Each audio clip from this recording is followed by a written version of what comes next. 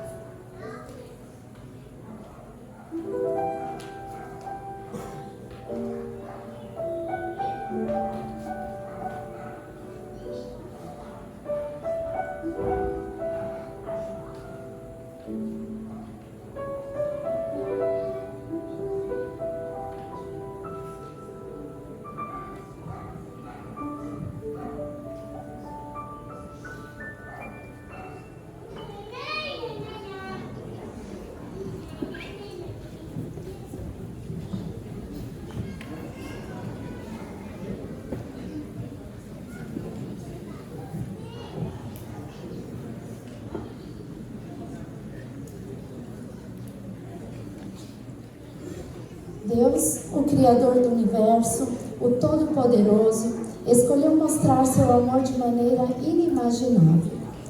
Enviou seu Filho, Jesus Cristo, para morrer por nós, seres humanos imperfeitos e pecadores. Essa é a essência do cristianismo, a supremacia do amor de Deus sobre todos. A morte de Jesus na cruz é um ato de amor incondicional, que desafia a lógica humana. Ele, o justo, morreu pelos injustos. Ele, o santo, morreu pelos pecadores. Ele, o Criador, morreu pelas criaturas. Nessa demonstração de amor, Deus demonstrou sua soberania sobre a morte, o pecado e a escuridão. A ressurreição de Jesus é a prova de que o amor de Deus é maior que tudo.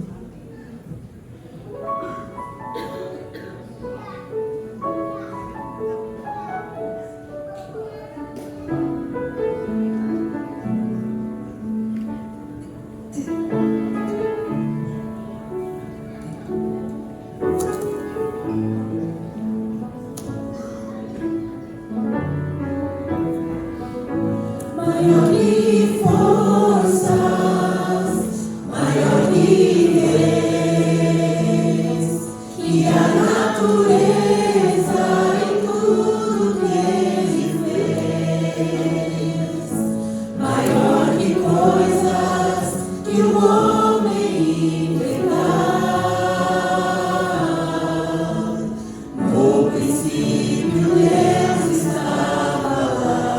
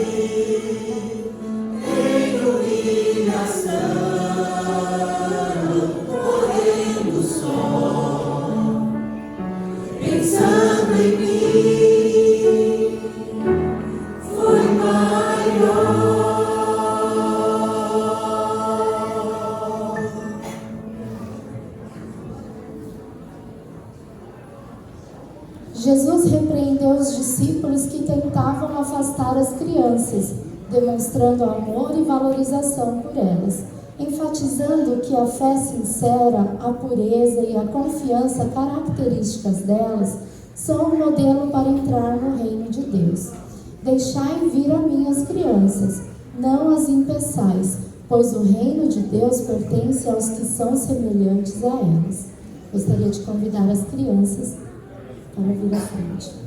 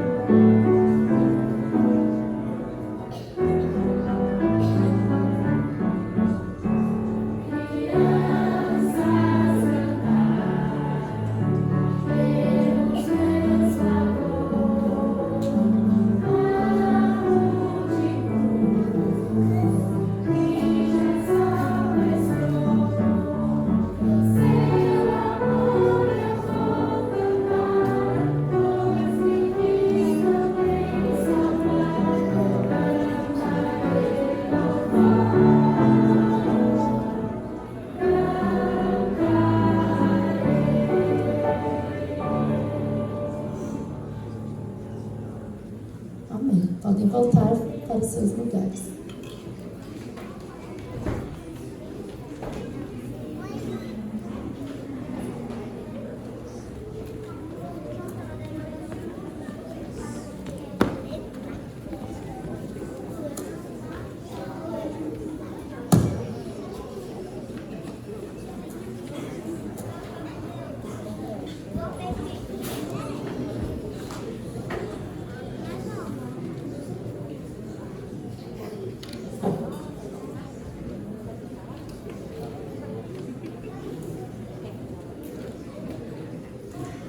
Jesus demonstrou o maior ato de amor ao entregar a própria vida por seus seguidores, elevando-os de servos a amigos e estabelecendo um padrão para o amor cristão de amizade sacrificial e desinteressada.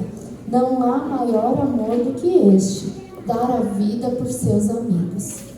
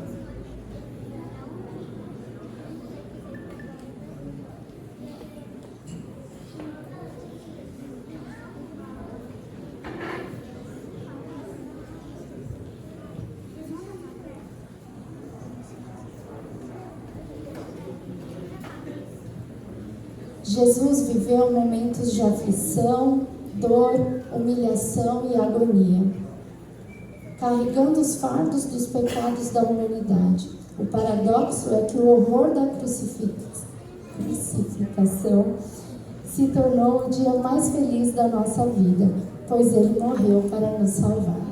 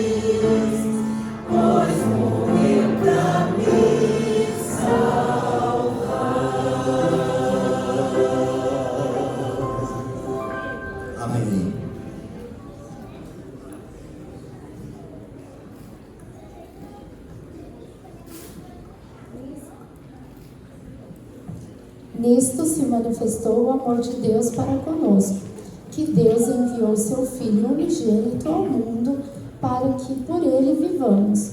Nisto está o amor, não em que nós tenhamos amado a Deus, mas em que ele nos amou e enviou seu Filho para a propiciação pelos nossos pecados.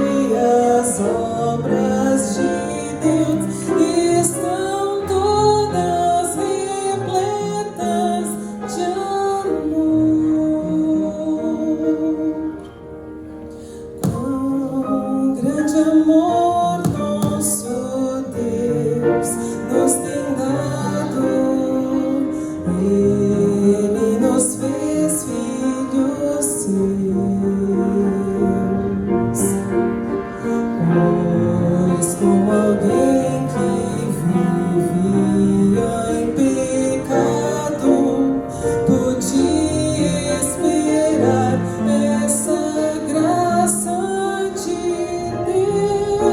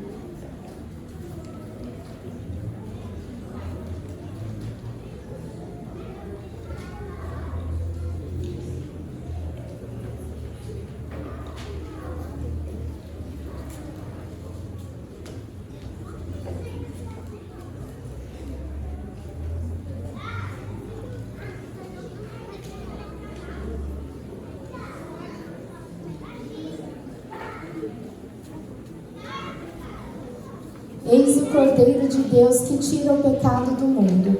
João Batista reconheceu Jesus enfatizando a sua pureza e missão de reconciliar a humanidade com Deus através de sua morte na cruz, oferecendo perdão e vida eterna a todos.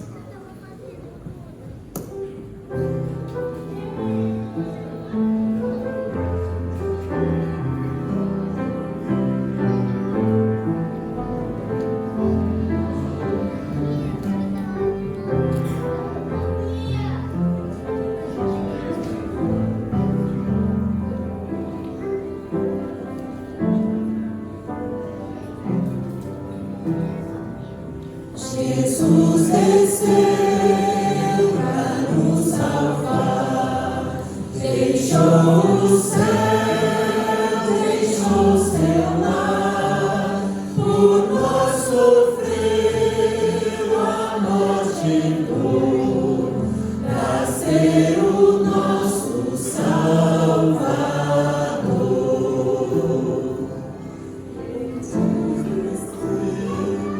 Na cruz morreu, e assim perdão nos concedeu.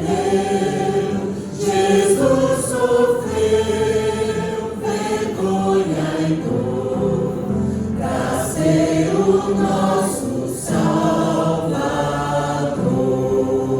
Ó meu Jesus, meu Salvador, entrego a ti o meu louvor, vem perdoar os erros meus. Tu és Cordeiro do bom Deus. O mundo mal me enganou, mas tua cruz me resgatou. O teu amor me atraiu, pra ser ovelha em teu redil. Ó meu Jesus, meu Salvador, entrego a ti o meu louvor, vem perdoar os erros meus. Tu és Cordeiro do bom Deus.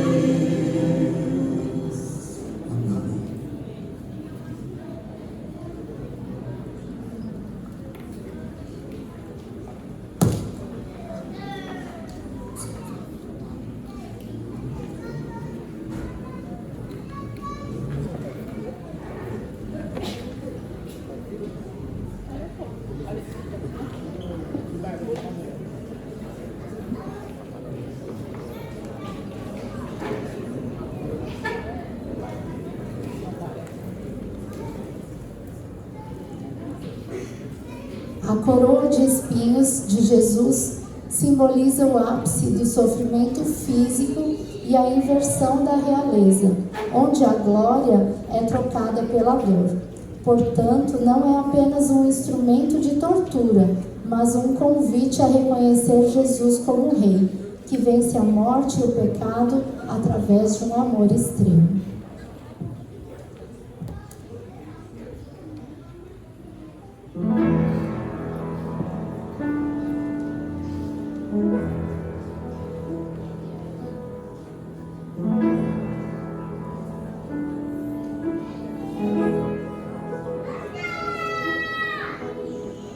A coroa que ele usou não era de ouro, apesar de o coroarem como rei.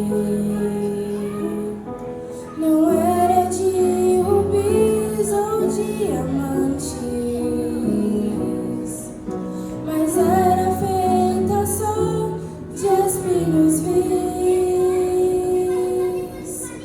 Porque tratar o rei desta maneira? E por que fazer usar coroa tal? Ele nunca foi forçado a usá-la,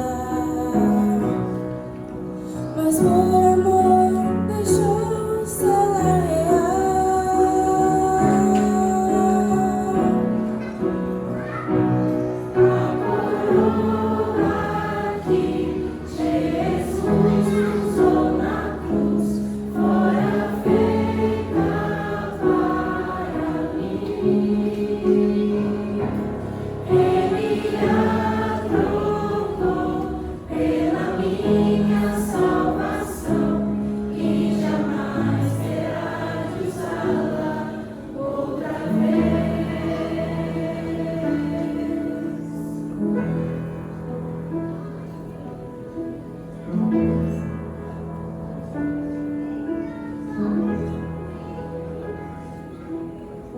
O inimigo não desiste facilmente.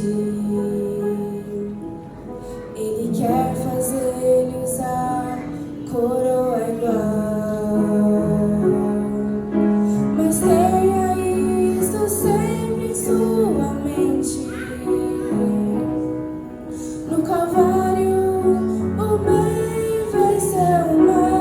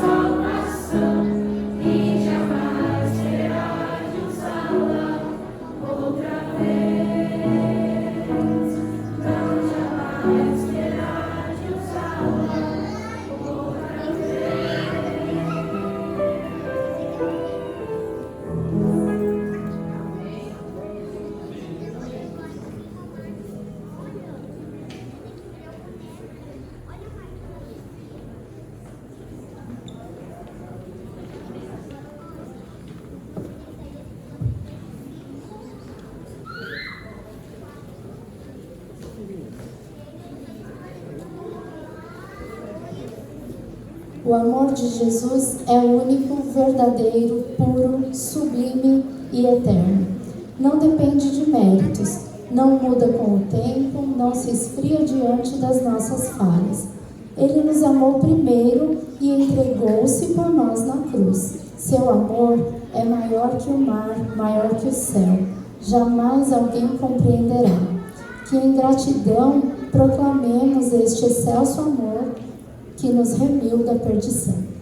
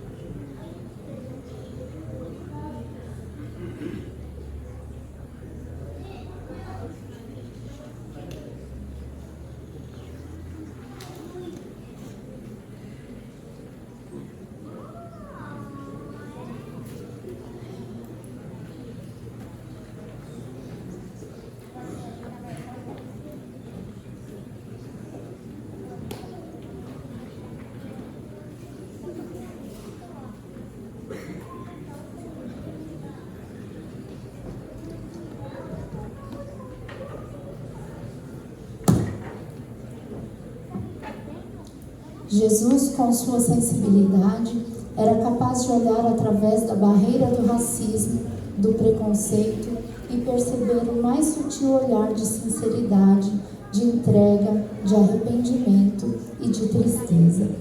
Talvez não encontremos uma palavra tão fiel para designar estas qualidades de Cristo como a palavra amigo. E que amigo?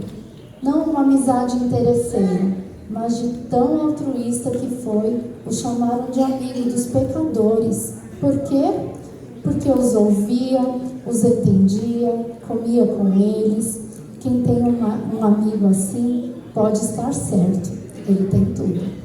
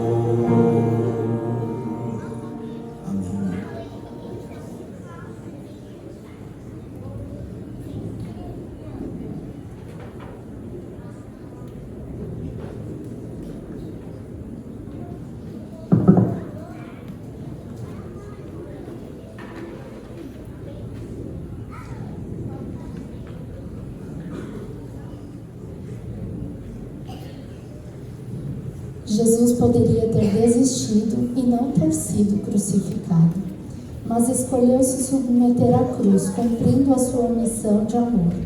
As mãos que foram pregadas simbolizam as mãos que alcançaram os perdidos, curaram os enfermos e abençoaram as crianças. Elas representam a autoridade de Jesus para realizar milagres, mas que se submeteram a serem paralisadas por amor. Os pés pregados simbolizam a obediência extrema, o caminhar até o fim, sem recuar diante da dor. Tudo por nos amar até o fim.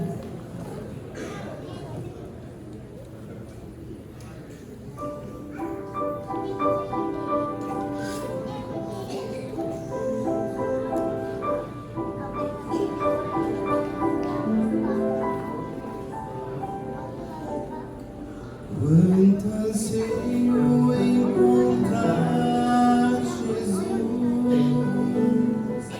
quanto anelo ouvir a sua voz, quanto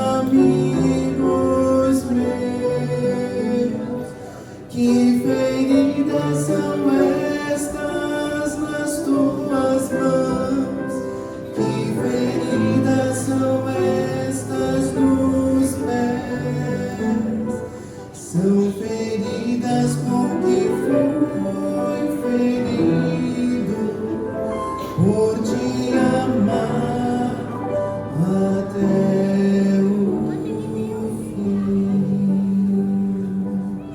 Quanta dor causei ao meu Jesus,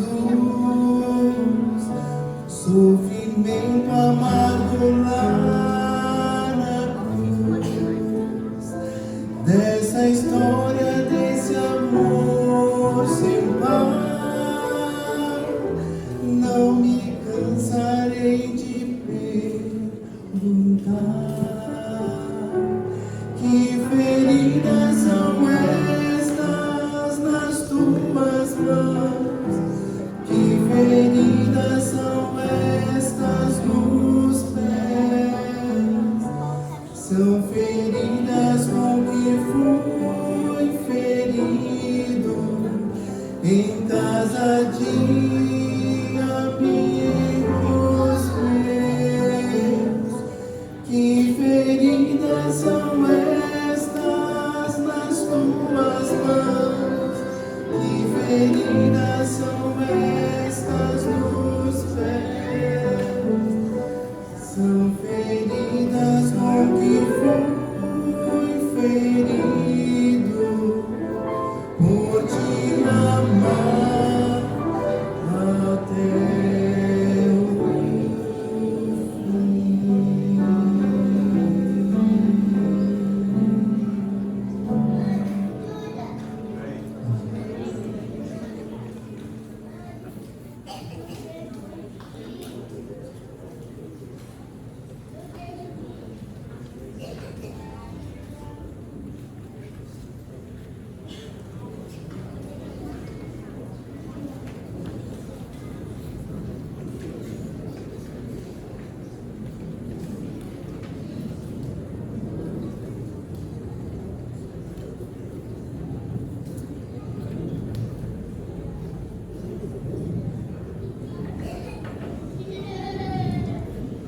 Deviam ser as minhas mãos com os cravos, deveriam ser os meus pés com os cravos, devia ser o meu lado rasgado, meu coração quebrantado.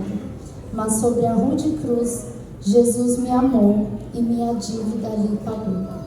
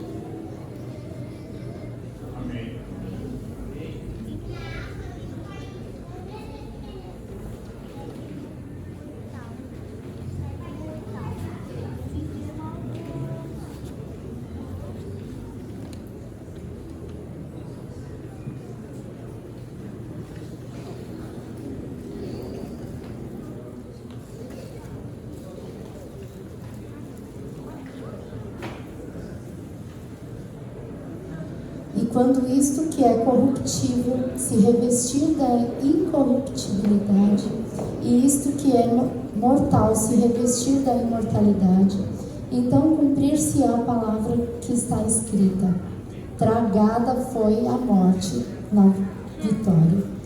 Onde está a morte, o teu aguilhão? Onde está, ó inferno, a tua vitória? Ora, o aguilhão da morte é o pecado, e a força do pecado é a lei, mas graças a Deus que nos dá a vitória por nosso Senhor Jesus Cristo.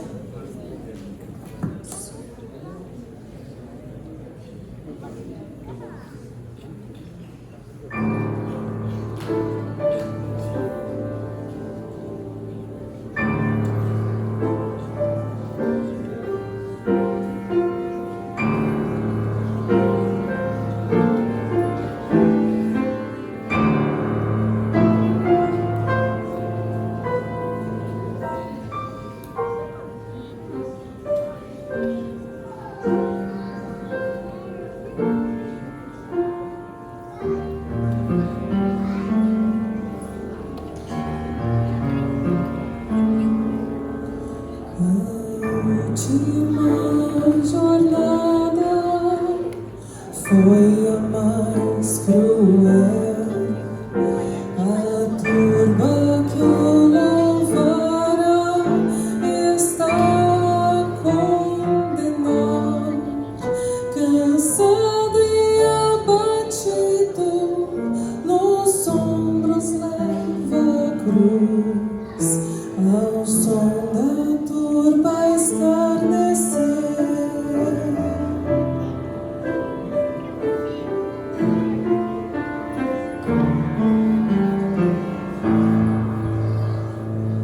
E Deus chorou,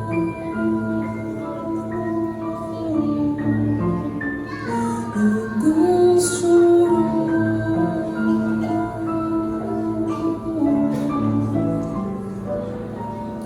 Ao monte do Calvário o levaram pra morrer. Na dura cruz pregado foi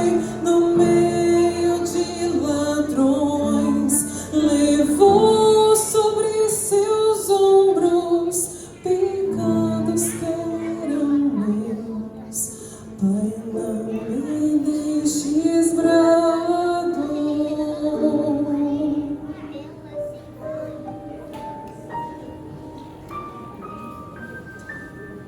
E Deus chorou. E Deus chorou.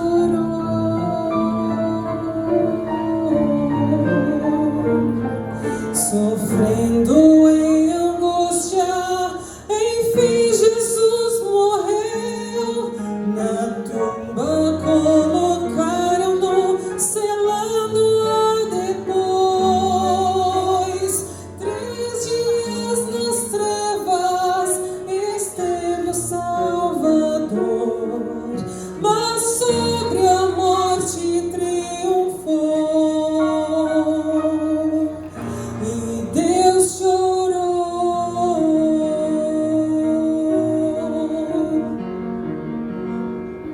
Deus chorou.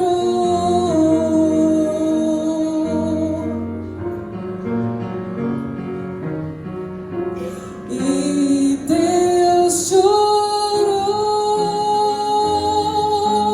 Cristo vivo está, Jesus enfim vivo está, morto lá na cruz, na tumba não se encontra, a pedra se moveu.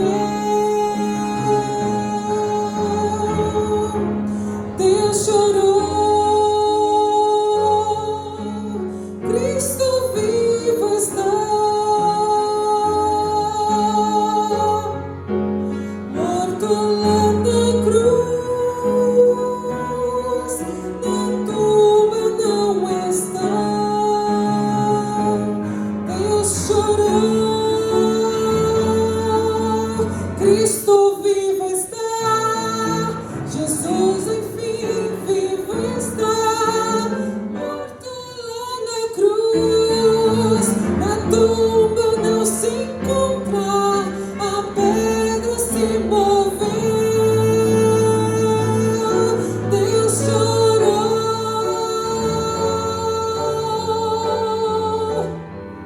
E Deus chorou.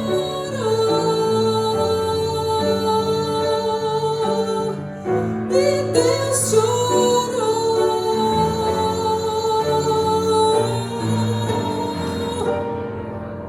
Cristo vivo está.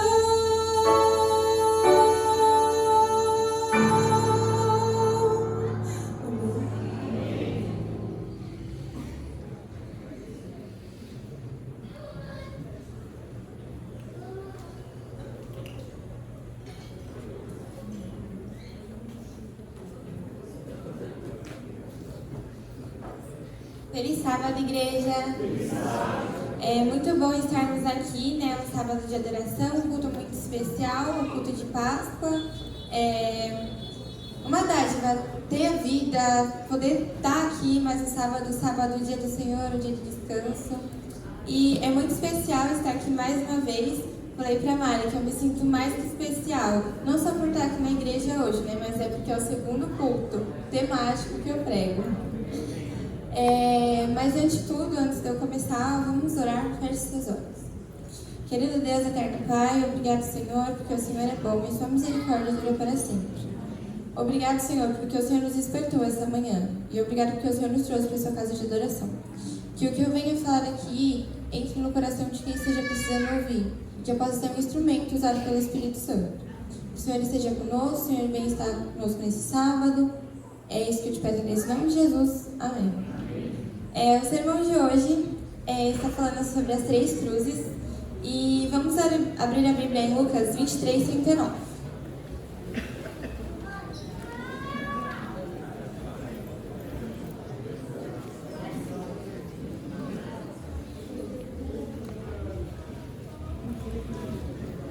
Amém, misericórdia.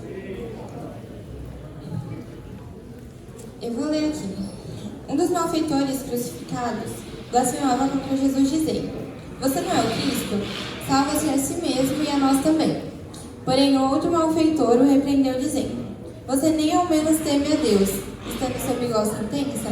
a nossa punição ela é justa, porque estamos recebendo o castigo que os nossos atos merecem. Mas este não fez mal nenhum. E acrescentou: Jesus, lembre-se de mim quando você vier no seu reino. E Jesus lhe respondeu: em verdade lhe digo hoje, você estará no paraíso. Havia 2 caminhos que saíam de Jerusalém. Um descia para Jericó e o outro subia para Gólgota. Ao longo do primeiro caminho que ia para Jericó, os marginais viam sua vida corrupta, roubando, violentando e aterrorizando quem por ali passava. Ao longo do segundo caminho, esses mesmos marginais pagavam o preço de sua vida errada, carregando uma cruz para serem crucificados no topo da montanha. O lugar ali era chamado de Monte da Caveira, porque era ali que os delinquentes eram executados. Naquele momento não existia maneira mais cruel e humilhante de se punir uma pessoa. Eram horas a fio morrendo lentamente na cruz. De dia o sol queimava sem piedade as suas carnes, e à noite o frio morrendo. À noite então o vento gelado da montanha castigava o corpo enfraquecido. A morte na cruz era símbolo do pecador que vai morrendo lentamente, atormentado pelo sol da culpa ou pelo frio gelado da consciência. Havia momentos em que o condenado ele implorava a morte. Era tão doloroso morrer na cruz que era preferível morrer do que a viver morrendo. Na história que a gente acabou de ler, em Lucas 23:39, nós vemos que 3 cruzes foram erguidas lá no topo da montanha. E 3 transgressores estavam ali prontos a morrer. Os ladrões eles tinham quebrado a lei romana, Jesus, a lei dos judeus e as tradições religiosas. Mas não tinha quebrado a lei de Deus, coisas que sim, os judeus tinham feito. Na cruz do meio estava Jesus, suportando o pior dos 3. Você já pensou no significado daquela morte? Naquela época, quem era crucificado no meio era considerado o pior dos que estavam morrendo ali. E que contraditório, né? Porque Jesus não tinha pecado algum, não tinha feito nada de errado e era considerado o pior entre os 3. Mas uma observação é que antes de Jesus morrer, ali enquanto Jesus nos últimos momentos de sua vida, ele passa as últimas horas da sua vida com pecadores, não com pessoas que se julgavam bons e direitos, mas com ladrões, assassinos, marginais e prostitutas. Pessoas que ninguém mais tinha compaixão ou ao menos via esperança neles. E Jesus, quando ele decide deixar a divindade, ele procura exatamente onde os pecadores estavam. Ele os procura, ele os ama, ele os perdoa e os transforma. E agora ele morre entre os pecadores, sem ter pecado algum. O foco da missão de Jesus sempre esteve nas pessoas. A missão de Jesus aqui na Terra sempre foi salvar. A sua graça, ela encontrava os pecadores aonde eles estavam, sendo o mais devastador do pecado. Com o mais profundo eles se sentiam destruídos. Jesus ia lá, os encontrava e os perdoava. E todas as pessoas que tinham um encontro com Jesus nunca ficavam mais da mesma maneira. Pode haver algum momento da sua vida em que você olha para o espelho da vida e você não veja mais razão.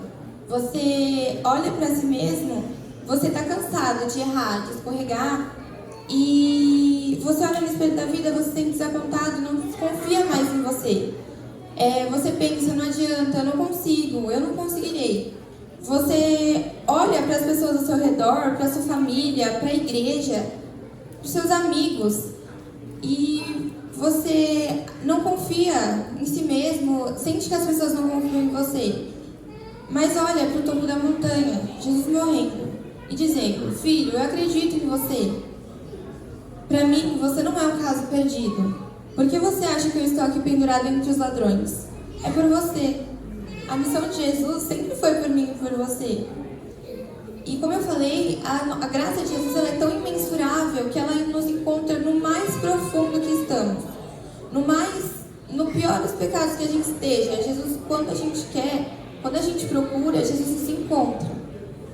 Lá na montanha do Calvário, 3 homens olhando um para o outro no momento de sua morte. E uma das partes da morte na cruz era contemplar as pessoas do seu lado morrendo. E, de repente, um deles olha para Jesus e diz: Senhor, se tu és o Cristo, salva-te a ti mesmo e a nós também. Ele mantinha o seu orgulho e a sua justificação própria até o final. Ele disse "se". É uma expressão ridicularizante de dúvida e acusação que os homens continuam usando até hoje. E na realidade ele estava dizendo: você não é melhor que eu. Dentre nós três, você é o pior, porque você está no meio. Você precisa tanto de ajuda quanto eu, e até mais. Você deve ser o pior de nós. Você se diz o Filho de Deus e o Rei de Israel, mas eu quero ver se você consegue fazer algo agora. E você já percebeu quanto contraditório é? Então, não era recíproco, porque Jesus sempre acreditava nas pessoas, no homem. E nunca foi assim. Os homens naquela hora desacreditavam de Jesus. O ladrão ele disse: tu és o Cristo, salva-te. Os sacerdotes disseram: se tu és o rei, desce. E Satanás disse: se tu és o Filho de Deus, lança-te. Eram mentes tomadas pela incredulidade. E elas sempre reclamam uma demonstração de poder. Como se fosse o poder, ele fosse capaz de fazer o que o amor não fez.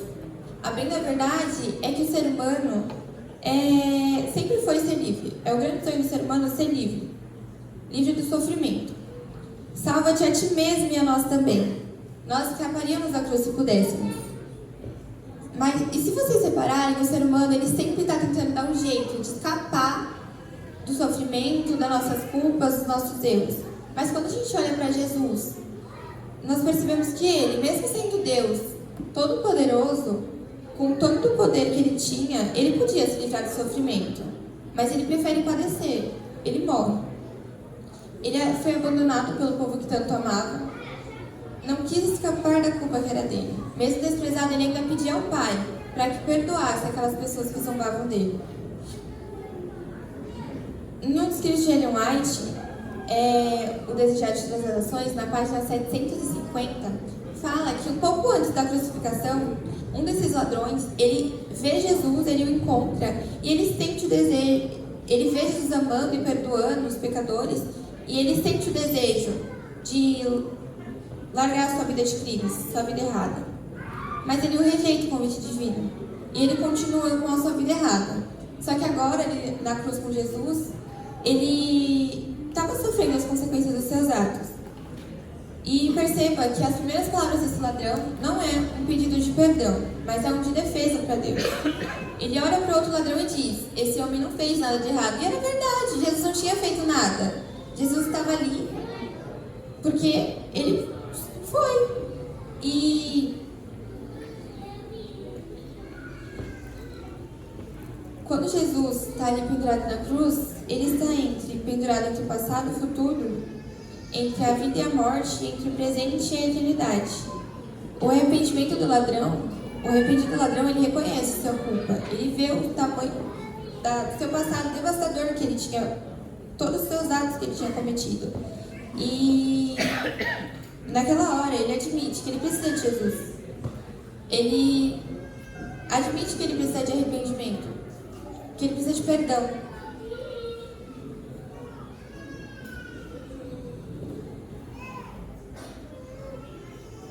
Mas e eu e você? Até quando a gente vai continuar nessa vida miserável de falhas? Até quando vamos continuar tentando escapar dos nossos pecados, dos nossos erros? Quando nós vamos olhar para Cristo e falar assim: Pai, a gente precisa de ajuda. Eu preciso da sua ajuda. Quando que a gente vai estar passando por problemas e a gente vai colocar na mão de Deus e falar assim: me ajuda, Pai. O primeiro ladrão, ele acusa Jesus de ser tão culpado quanto ele. O segundo, ele rejeita o orgulho e declara: este não fez nada de errado. E arrependido, ele mesmo suplica: Senhor, lembra-te de mim quando entrares no teu reino. O ex-ladrão, ele não pede liberação do seu sofrimento, ou muito menos vingança contra os seus carrascos. Ele diz: lembra-te de mim Mas vamos pensar, o que tinha de útil naquele passado que valesse a pena que Jesus lembrasse do passado dele? E se você olhar, eram crimes, imoralidades, desonestidade, e não tinha nada que valesse a pena lembrar. E mesmo assim, ele diz, lembra-te de mim. Mas não porque ele havia tido um bom passado, mas agora ele tinha um presente. E nesse presente ele aceita por fé que Deus, o homem que estava ali morrendo do seu lado, ele creu, ele percebeu a miséria do seu passado, ele se arrepende. E ele foi o único homem que ali naquele momento, em que os dois estavam prestes a morrer, que confia em Cristo. Ele acredita, ele olha para Cristo e fala, ele é a minha única esperança. Quando tudo parecia perdido, quando até os discípulos que andavam com ele tinham perdido a fé, esse estranho, ele creu em Jesus. Muitos creram no Jesus dos milagres, dos pães multiplicados, da água transformada em vinho, mas só o ladrão, naquela cruz, ele acredita que a vida poderia vir daquele que estava morrendo ao seu lado. Esse é um dos maiores testemunhos de fé da Bíblia. Essa é uma história incrível de conversão. E essa história ela me faz pensar numa coisa que eu preciso compartilhar com vocês hoje. Mesmo que o nosso passado tenha sido de transgressões, de pecados, não sei o que você pecou no passado, o que você fez ou deixou de fazer. Mas hoje, Jesus ele quer mudar a sua vida. Nós sabemos que nunca é tarde para Deus, mas pode ser muito tarde para nós. É tão tolo pensar, aquelas pessoas que pensam, peco agora e depois eu peço perdão. Essas pessoas que pensam dessa maneira, claramente não conhecem os devastadores efeitos do pecado na vida. Deus, hoje, ele espera a minha e a sua decisão. Nós precisamos tomar essa decisão antes que o pecado arruine nossa vida, ao ponto da gente não poder mais se livrar do sofrimento físico em consequência dos nossos atos, e principalmente da consequência final, que é a morte eterna. Nessa manhã, a gente vê dois caminhos que saem de Jerusalém, um para Jericó e outro para o Calvário. No caminho que sobe para Jericó, é um homem que arrisca sua vida para cuidar de uma vítima, de um ladrão. Ele paga pelo preço do seu tratamento, cuida dele, mas no caminho que sobe ao Calvário, o outro homem voluntariamente, por amor, ele torna-se vítima e paga com a sua própria vida a cura da culpa do ladrão. Não somente daquele ladrão, e nem daqueles infratores da época, mas de todo aquele que é pecador e que reconhece Jesus como seu Salvador e o Senhor da sua vida. Igreja, uma coisa que eu falo para vocês, o Senhor ele não esquece de você. Mesmo que você se sinta que o seu pecado não tem mais perdão, que a sua vida está tão devastada ao ponto que Jesus não quer olhar mais para você, mas Jesus está ali. Ele não esquece de você, ele não desiste. E meu apelo para vocês essa manhã, não desista da vida eterna. Em João 16:33 diz que no mundo tereis aflições, mas tenham de bom ânimo, eu venci o mundo. Jesus disse, nós teremos aflições, mas ele está conosco. Por mais que as pessoas te desapontem, a igreja te incomode, coisas erradas te incomodem, não desista. A salvação é algo tão grande, a vida eterna é algo tão grande que tem sido preparado para a gente simplesmente deixar de lado, simplesmente porque um irmão aceitou a gente, porque a igreja não é mais como antes. Não olhe mais para as pessoas ao seu redor, olhe para Cristo. Ele é o real significado. Não desista de Jesus essa manhã e nem nenhum outro dia. Clame a Jesus hoje. Lembra-te de mim, Pai. Ele vem para te resgatar. A sua graça ela é incontrolável, ela é imensa. E eu tenho certeza que, independente do seu pecado ou de quão fundo ele esteja essa manhã, eu não sei, Jesus conhece. Peça a Ele, peça perdão. Não continue nessa vida. Jesus, Ele tem algo preparado para nós. Procure a Deus, peça para Ele, Pai, me transforma. Você é filho dele. Quando Ele morreu na cruz, foi por mim e por você. Não desista dos seus de Cristo simplesmente porque coisas fúteis te afetaram ou porque alguma coisa aconteceu. Mantenha seus olhos em Cristo. Meu pedido nessa manhã é para que vocês olhem para si mesmo e pensem: será que meus olhos estão nas pessoas que estão me cercando, nas pessoas da igreja? Ou será que meus olhos estão em Cristo? Será que eu fico para a igreja todos os sábados, olhando porque ciclano vai estar lá, palpitando porque fulano fez errado? Ou porque Cristo, para encontrar com Cristo? Peça perdão, procure Ele. Não tem lugar profundo que Jesus não te encontre.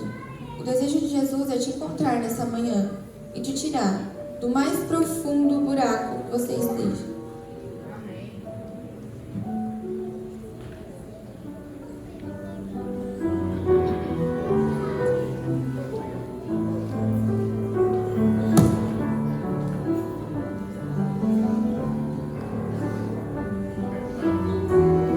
Vamos colocar em pé?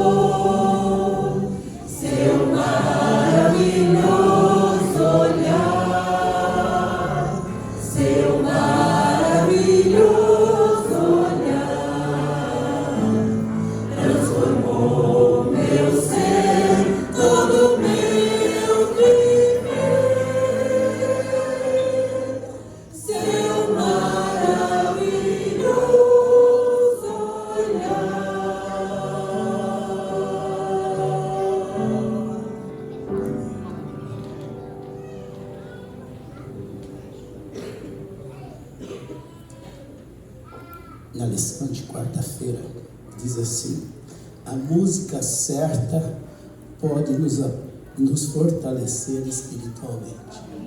Vocês concordam comigo? Que Deus nos abençoe. O apóstolo Paulo diz que devemos cantar hinos, salmos e cânticos espirituais. Que ao sairmos daqui, possamos ter isso em mente. A música certa pode nos fortalecer espiritualmente. Se temos cantado alguma outra música que não seja a música certa, vamos de hoje em diante, então, praticar isso, cantar cânticos espirituais, salmos e hinos. Oremos ao Senhor. Bondoso Deus e Pai, muito obrigado, Pai querido, por podermos estar na Sua presença na manhã do Teu santo dia. Obrigado porque podemos, neste momento, sair daqui com a certeza que tivemos um encontro com o Senhor. Pai querido, transforma o nosso coração, coloca na nossa mente, coloca no nosso viver cânticos espirituais, hinos e salmos, porque queremos honrar o Senhor com a nossa vida. Perdoa, Senhor, os nossos pecados onde temos falhado, mas por favor, Senhor, continue conosco. Oramos em nome de Cristo Jesus. Amém. Amém.